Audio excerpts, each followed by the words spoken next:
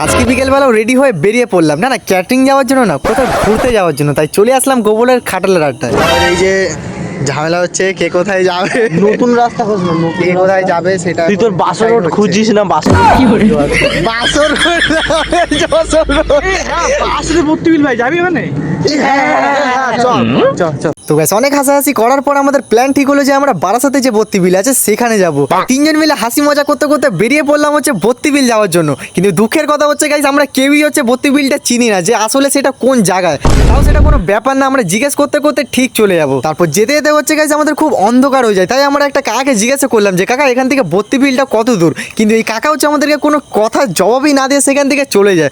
এরকম আজব ধরনের মানুষ। তারপর অনেকক্ষণ ধরে এদিক ওদিক ঘোরাফেরা করার পর আমরাও চলে আসলাম হচ্ছে ভর্তি বিলে। কিন্তু দুঃখের কথা হচ্ছে এখানে যারা রয়েছে তারাও এখন বাড়ি চলে যাচ্ছে, আর আমরা এখন হচ্ছে সবে মাত্র আসলাম। মানে আমাদের লাকটাই খারাপ। তো গাইজ আমরা এখন হচ্ছে ভর্তি বিলে চলে আসলাম। আর সবাই দেখো গাইজ বিকেলবেলা আসে, রোদ্দুরে মানে যখন রোদ থাকে তখন আসে। আর আমরা এসেছি এই রাতের বেলায়, মানে কিছু পুরো চারি সাইড শুধু অন্ধকার আর অন্ধকার।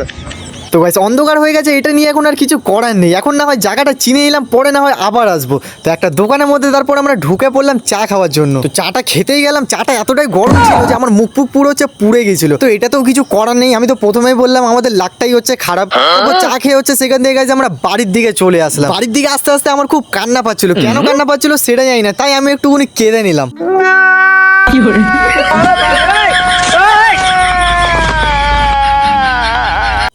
তো অনেক কাদাকাদি হয়ে গেল। তো গাইস আজকের ভিডিওটা হচ্ছে এই পর্যন্ত। ভিডিওটা যদি ভালো লাগে লাইক কমেন্ট শেয়ার সাবস্ক্রাইব সব করবে কিন্তু।